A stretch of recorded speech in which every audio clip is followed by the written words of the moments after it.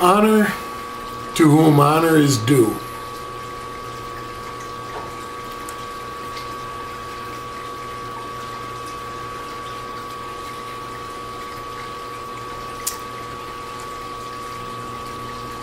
Oftentimes when I tell my story, I talk about a person that helped me overcome my drugs and alcohol.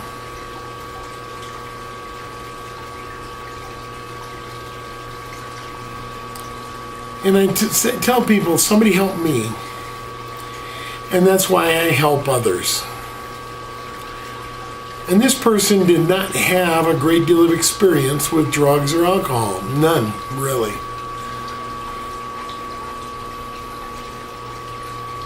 Well, just a touch.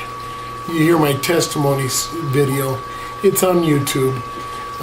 You'll hear about just a little touch.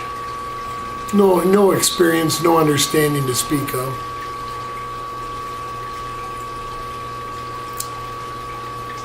And they helped me overcome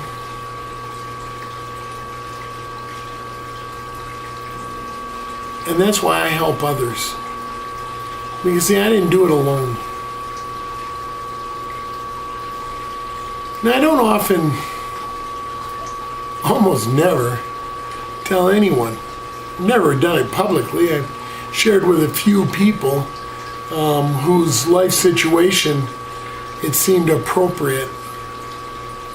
But I've never shared that story about how I was helped. You see, I have a rather unique way of helping people with substance abuse. Sure, I've got experience, but you know what? I wasn't a needle-shoving addict. I just took speed, every day of my life. Well, for a few years. I just took LSD about 2 or 3 times a week for a few years. I only drank 3 or 4 times a month. My blood alcohol probably hit 0.3 every month, every night I did drink. Because I didn't stop.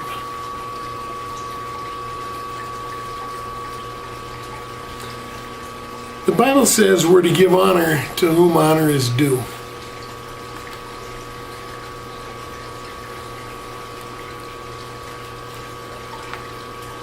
And I want to give honor to my wife.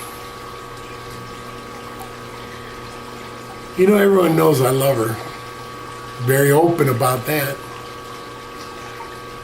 And I talk about her a lot because she's the most important part of my life. We've shared everything for 40 years.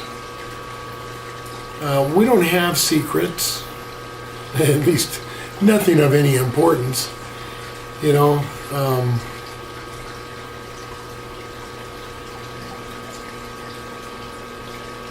But she's the one that helped me so much. And she helped me just by loving me, no matter what I was like. Because see, I wasn't really a good person. I was doing a lot of wrong things. So when I try and help people, I just try and be a friend who loves them, even if they make mistakes. And I always tell them, I'll keep helping you as long as you keep trying. You quit trying, I'll drop you. Now, my wife never told me that. But she kept on loving me and helping me.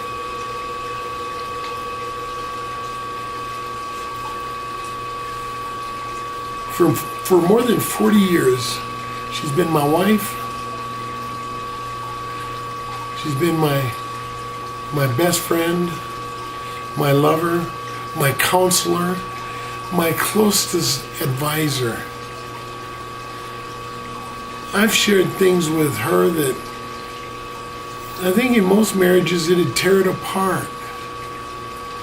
Not that I did anything wrong against her as my wife, but doubts and fears, they're hard to share sometimes, especially when you bare your soul. Or sometimes when you're telling somebody how much they hurt you. She's been my greatest supporter.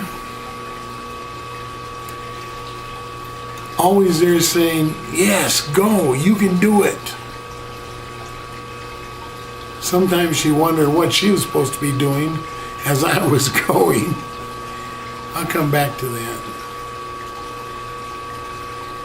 She put me ahead of herself for 40 years. She was seeing a counselor when we left Oregon. The counselor, she told the counselor, we're moving to Minnesota, and the counselor said, how do you feel about that? She said, I don't want to go. The counselor said, well, don't. She said, I have to, it's my husband. I promised that I would go with him wherever he goes.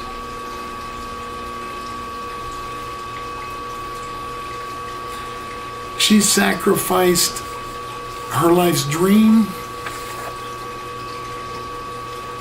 and has encouraged and strengthened me all the way. Without her love and support, I could never have done all the things I've done, and people believe me. You know, I'm not here to boast about me, but I've done some mighty fine things in my life. More than most people I've ever heard of. Oh, there's some greater people out there, I know. But without her, I could not have been the man I am today. See, she grew up in an Air Force family. And her number one dream growing up was to have what I call a Leave It to Beaver house. You know, she gets married, moves into this house, and all her children are raised in this house. And after they're gone, the grandchildren and her children bring the grandchildren back to that house, and she lives in that house all her life.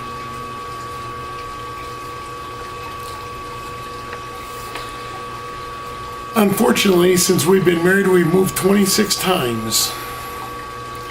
Sometimes from state to state, sometimes within the same city. We lived in Colorado, that's where we met, Hawaii, Oregon, Minnesota, Florida, back to Colorado, and now up to Wyoming. Sometimes within the same city, sometimes quite a ways apart within that state. That's 6 different states, 7 if you count Colorado twice. So much for stability, huh? She gave that up for me. She's allowed me to be involved in a great number of ministries. Oftentimes, all those ministries required a great deal of time. My specialty has never been traditional ministries, probably because we move so much, everyone else already got those established. I usually find something that nobody else is doing and then start doing it. Sometimes that cost us a lot of money, and sometimes we couldn't afford it, but she always found a way to make it happen. She has a great many talents.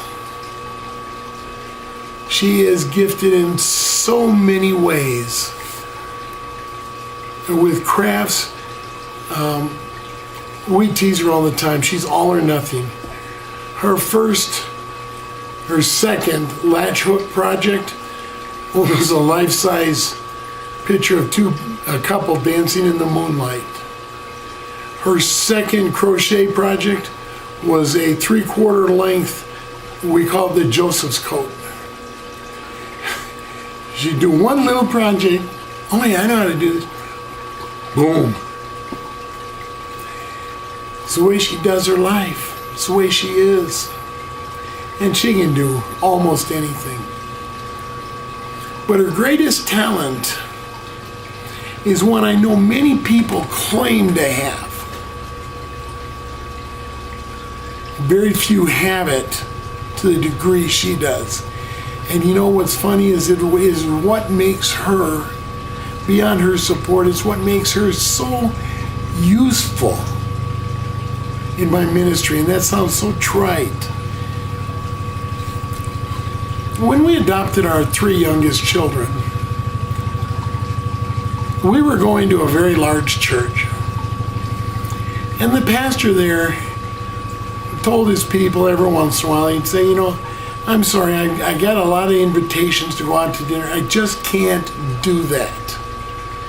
I only go out with my board and my pastoral staff because there's too many people in this church. Now, first off, people, I think he's wrong. I'll take every opportunity I can to get together with anybody I can. And I think he should do the same thing. No, you're going to have to say no to people sometimes, but you ought to find at least one family from the church each week. Well, whatever. I went to him after the adoption. We had different struggles. And I said, Pastor, it'd really mean a lot to our kids if you would come to Sunday dinner sometime. He thought about it and he broke his own rule. And he and his wife came to Sunday dinner one week. That night, we had Sunday night church, and that night, on the platform in front of everyone, he told everyone he broke his own rule. He said, I went to the Olin's house. He said, and if you ever want to see somebody with a gift of hospitality, you need to go to their house.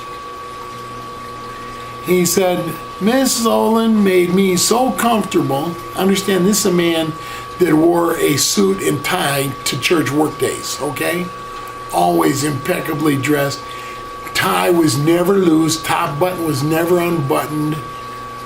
He didn't take his coat off except when he was in his office or on a really hot day when he was preaching if the AC wasn't working, which didn't happen often. He said, I was so comfortable there, and his wife sitting on the platform where you can see her nodding her head. He says, I loosened my tie, and she nodded her head. He said, I unbuttoned my top button, she loosened her head. And he said, I even took my shoes off. And his wife goes,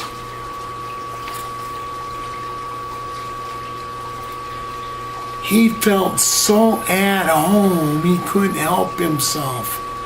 And that's my wife's gift, a gift of hospitality that I have seen countless times. When we had the 5 kids and the 2 of us plus my wife's sister and her 2 kids living with us, that's 10 if you can't count. One Sunday at church, I invited another family over and they had 4 kids. And you know what? I didn't get to tell my wife till we were in the car on the way home.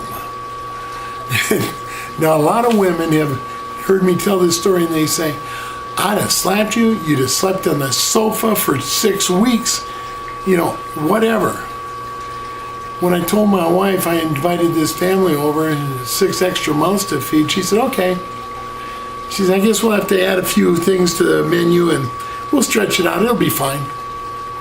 A lot of kids always like hot dogs and macaroni and cheese, and I don't know what she added, I don't remember, but that's the way she did it. She didn't even blink.